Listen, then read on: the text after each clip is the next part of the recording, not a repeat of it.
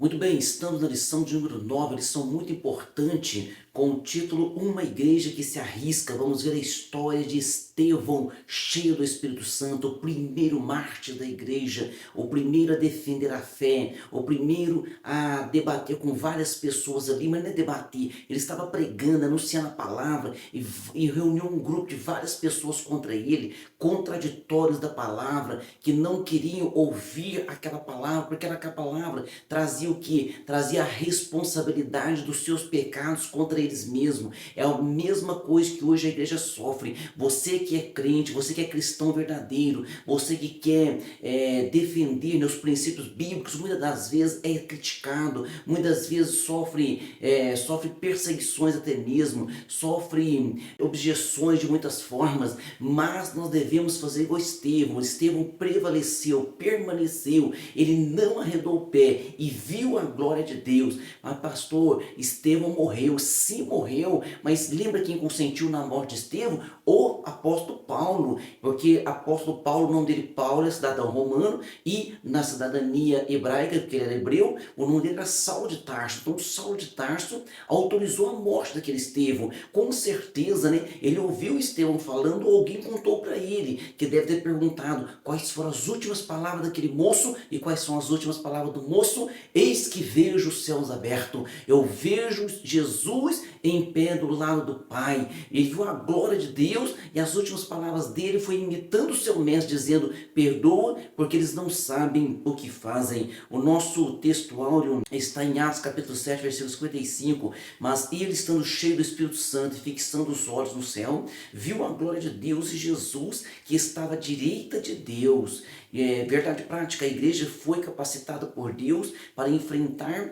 o mundo que é hostil à sua fé e valores. Então o mundo é hostil à nossa fé e os valores. Por quê? Porque quando você vai falando da Bíblia Sagrada, é claro que nós somos imperfeitos, somos pecadores, mas a Bíblia vai revelando que nós precisamos o quê? Melhorar, precisamos pedir perdão, precisamos de libertação, e as pessoas não querem mudar o seu modo de vida. Na leitura bíblica em classe se encontra em Atos capítulo 6, versículo 8 ao 15, depois o capítulo 7, versículo 54 ao versículo de número 60. Vamos para agora para a nossa introdução. Na lição hoje vamos conhecer um pouco mais sobre a vida de Estevão, um dos 7 escolhidos para a diaconia.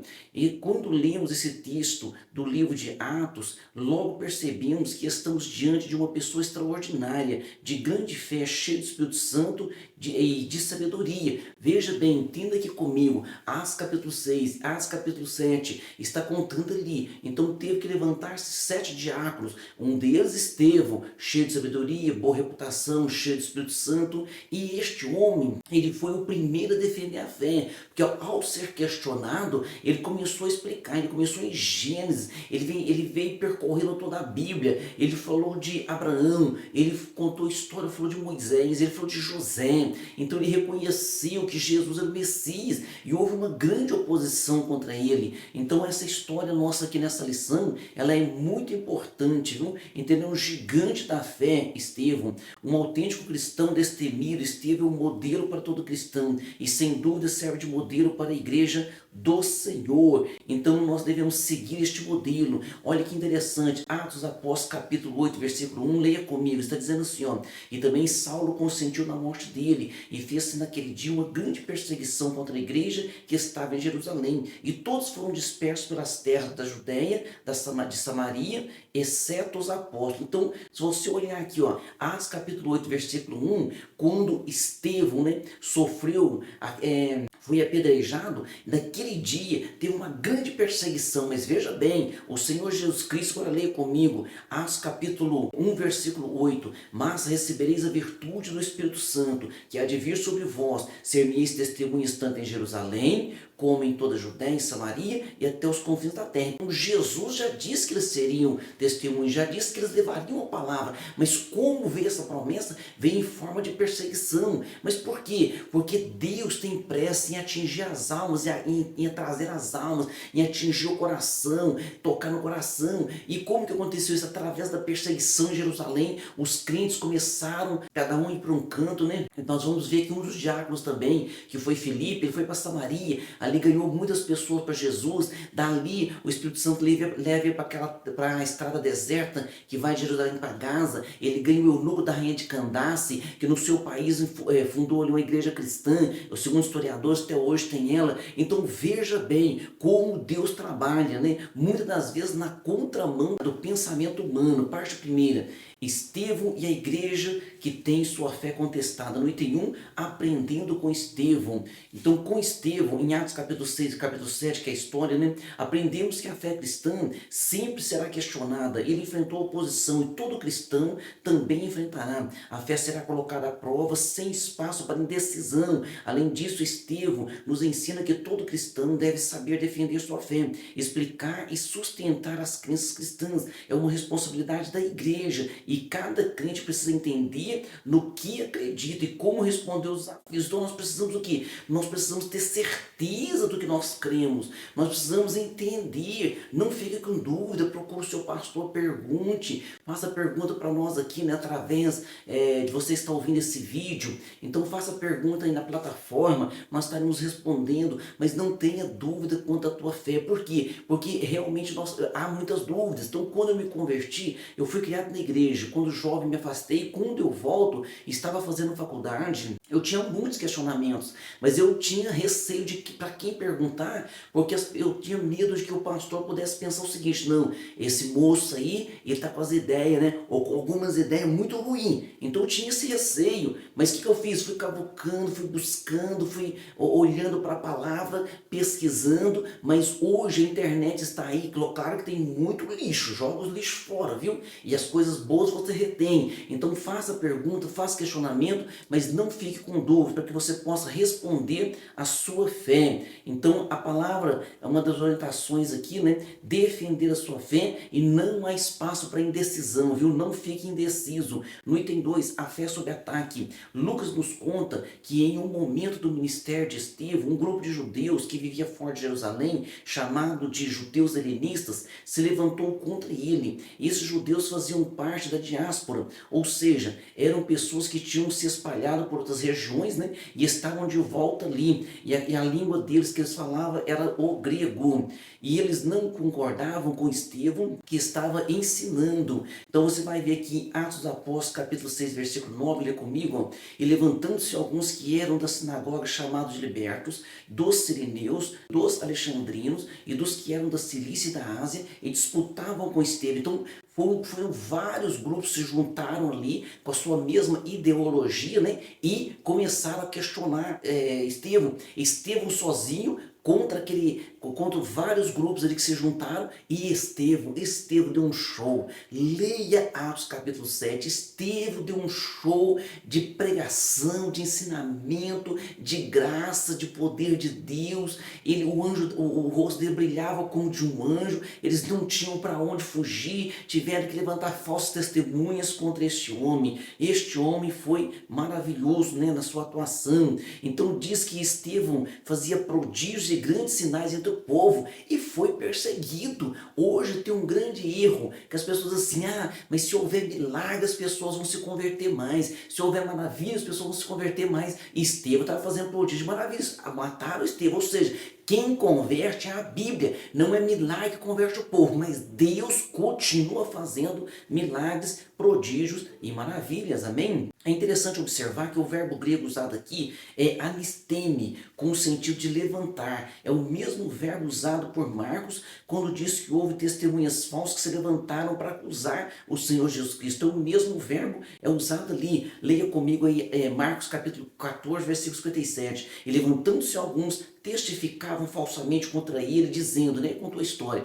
Ou seja, o importante aqui é a palavra levantando-se. E muitos hoje se levantam contra a igreja, contra os ensinamentos de Cristo, contra os bons valores, os bons costumes, está sendo bombardeado. Hoje tem uma palavra, uma frase, uma expressão, inversão de valores. Hoje é uma inversão de valores total, e nós precisamos continuar com o nosso valor da fé, levando a palavra de Deus. Anteriormente, Cristo já fora atacado no seu ministério terreno, né? Agora está sendo atacado os seus seguidores. A fé cristã sempre será alvo e objeto de ataque. Se a igreja é verdadeiramente cristã, sempre haverá em em algum lugar um levante. Neste episódio, né, o levante foi motivado por conta da inveja que os religiosos sentiram ao ver as suas sinagogas se esvaziando. Uma igreja bíblica sempre estará sob o ataque e terá sua fé contestada. Por isso nós temos que manter a nossa postura. Seja constante. A Bíblia fala, né,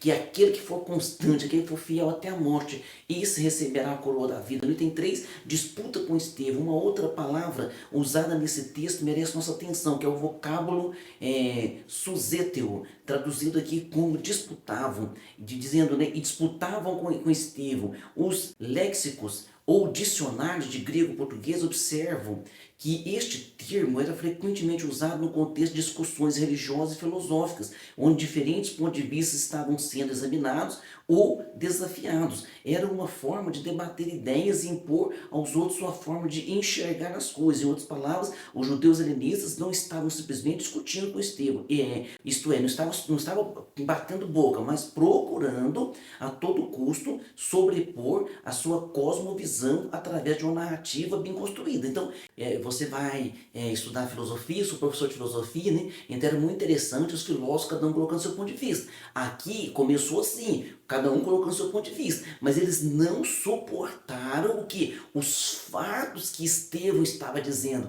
Eles não suportaram a verdade. Então eles tinham a sua filosofia, eles defenderam a sua crença, né? Mas quando Estevão começa a falar cheio da graça, cheio de sabedoria, cheio de fé, cheio de convicção, eles não tiveram outro caminho senão que? Senão silenciar ele pela morte. Olha que interessante isso aí. Então eles começaram numa discussão, né? Acalorada, é claro, cada um defendendo sua cosmovisão, seu modo de pensar, mas não resistiram aos argumentos, à fé e à sabedoria de Estevão. No item 4, a falsa narrativa. A igreja sempre teve de lidar e combater falsas narrativas. Nos dias de Jesus, ele foi acusado de enganar o povo. Leia comigo aí João 7,12. E havia grande murmuração entre a multidão a respeito dele. Diziam alguns, ele é bom. E outros diziam, não, antes engana o povo. Hoje é a mesma coisa. Ah não, as igrejas querem enganar o povo. Veja bem, há igrejas há igrejas que ensinam coisa errada? Tem. Há pastores que fazem coisa errada? Sim, mas sempre haverá pessoas sérias levando a palavra, falando do Senhor Jesus Cristo, e nós não podemos generalizar. Lembra quando Elias generalizou? Senhor, mataram todos, só ficou eu. Jesus falou assim, mas ainda tem 7.000 joelhos que não se dobraram a Baal. Tá certo? Então cuidado com colocar todo mundo aí na mesma situação, para ficar generalizando, que Deus nos guarde disso. Então quando Jesus ressuscitou, criaram também outra narrativa. Qual foi a narrativa? Roubaram o corpo dele. Então outra narrativa. O apóstolo Paulo foi acusado de pregar contra os decretos de César, narrativa. E pelo fato de pregar a respeito de Jesus e da ressurreição, acusaram ele de pregar deuses estranhos. Até isso, tá vendo só?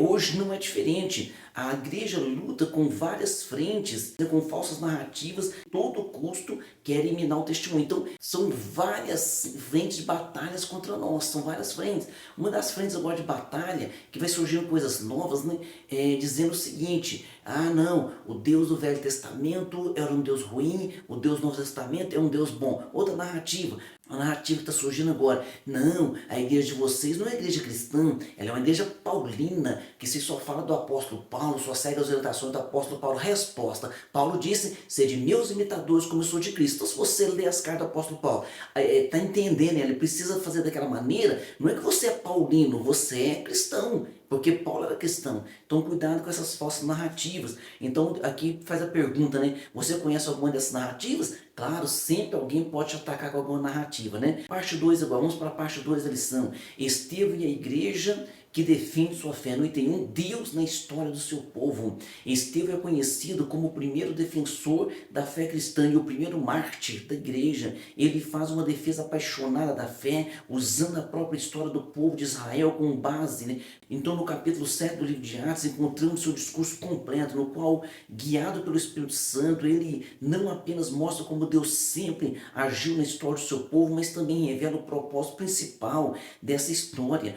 provar que Jesus é o Cristo. Então ele provou que Jesus é o Cristo através contando a história do povo de Israel até chegar no Senhor Jesus Cristo. Durante a sua fala, Estevão menciona grandes nomes como Abraão, José e Moisés, destacando que eles viveram na esperança da vinda do Messias e que mesmo sendo tão esperado, acabou rejeitado. Então ele falou a verdade, né? Pedro, Estevão falaram a verdade. Matastes o príncipe da vida, então matastes o Messias. Aquilo lá deixava eles, mas só que tem o seguinte, a pregação deles não é simplesmente dizendo rejeitaram, mataram, mas dizendo o seguinte: ele ressuscitou o terceiro dia, ele perdoou os nossos pecados. Mas eles não estavam enfurecidos, né? E não queriam ouvir a verdade. Não tem dois corações endurecidos. Concluindo sua defesa da fé, Estevão diz: homens de dura cerviz, incircuncisos de coração e ouvido, vós resistis ao Espírito Santo, assim como vossos pais. Então Estevão, ele deixa bem claro lá em Atos 7:51, vocês estão fazendo igual aos seus pais, estão resistindo. E a Bíblia deixa claro lá no Velho Testamento, eles faziam sempre isso. O Israel era de duas cerviz, quer dizer, cervical, coluna, não se dobra. Na tradução, vamos trazer para o português nosso, quem não quer dar o braço a torcer? Não, eu não vou dar o braço a torcer, mas não é dar o braço a torcer, é a palavra, é a Bíblia, Deus. Então nós precisamos fazer o quê? Precisamos nos dobrar diante da palavra, diante do Senhor Jesus Cristo. Mesmo diante dos fatos apresentados por Estevão, em uma defesa, né, suficientemente convincente, seus adversários preferiram ignorar. Na verdade, ninguém convence quem não quer ser convencido.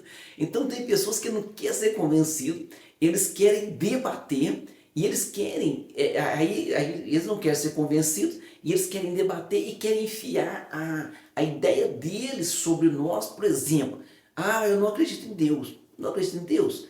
Não, eu quero provar para você que você não deve acreditar em Deus. Não tem como provar isso. Por quê? Porque quando ele fala que não acredita em Deus, ele já está acreditando. Porque como é que ele fala que não acredita em Deus? Eu nunca falei para ninguém que eu não acredito em Saci Pererê. Mas por quê? Por que eu vou discutir isso? Porque eu sei que não existe, então não vou discutir. Então se eles discutem que não existe Deus, é porque dentro do coração deles tem alguma mágoa religiosa, tem alguma coisa. Então não pode deixar essa mágoa religiosa converter o coração do homem. Nós precisamos ser convertidos pela graça do Senhor e do Espírito Santo sobre as nossas vidas. Parte 3 e última, Estevão e o martírio da igreja. No item 1, contemplando a vitória da cruz, diante de um grupo enfurecido, que foram várias pessoas contra ele, vários grupos, né? Estevão contemplou a glória de Deus, e dizendo assim, eis que vejo os céus abertos, e o Filho do Homem que está em pé, à direita de Deus. Então, lá em Atos 7:56, ele falou,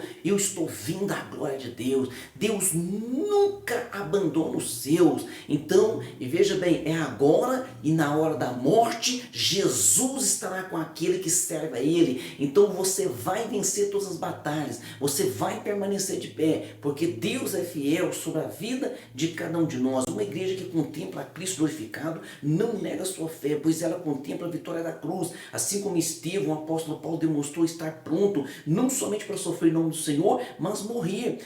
Os irmãos leiam comigo, Atos capítulo 21, versículo 13, diz assim, mas Paulo respondeu, que fazeis vós, chorando e magoando meu coração? Porque eu estou pronto não só a ser ligado, quer dizer, preso, mas ainda a morrer em Jerusalém pelo nome do Senhor. Quando aconteceu isso aqui aconteceu quando ele estava numa das suas viagens missionárias. Ele passou ali pela casa de Filipe, ele ia descer para Jerusalém, resolver algumas coisas, e Ágabo, né, faz uma profecia ali e diz que o dono daquele cinto seria preso, e todo mundo chorando, Paulo, não vá, você vai ser preso. Olha, Paulo, que fé, vocês estão querendo me entristecer? Eu estou pronto, não é para ser preso em Jerusalém, eu estou pronto até mesmo para morrer. Isso é uma fé inabalável. Item 2, perdoando o agressor. Na última declaração de Estevão, antes de sua morte, é marcante a declaração dele, cheia de significado. Diz assim, e pondo-se de joelhos, clamou com grande voz. Então com certeza o apóstolo Paulo ouviu, né? Porque ele clamou com grande voz, e Saulo estava ali consentindo na sua morte, clamou com grande voz, dizendo assim: Senhor, não lhes imputes este pecado. Dito isso, adormeceu. Não lhes impute esse pecado. Agora ele imita Jesus, que na cruz Jesus diz: Pai, perdoa-lhes, porque eles não sabem o que fazem. Aqui vemos um cristão que teme verdadeiramente a Deus, né? Teme a Deus e não teme a morte. Segue a Deus, não teme a morte. Olha o que diz aqui, leia comigo Apocalipse 2 e verso 10. Nada temais das coisas que hás de padecer. Eis que o diabo lançará alguns de vós na prisão, para que sejais tentados, e tereis uma tribulação de 10 dias. Sei fiel até a morte, dar-te-ei a coroa da vida. Sei fiel até a morte, dar-te-ei a coroa da vida. Temos aqui uma figura de uma igreja que literalmente se dá pelo perdido, que se sacrifica por ele. Esse deve ser o modelo, né, a seguir.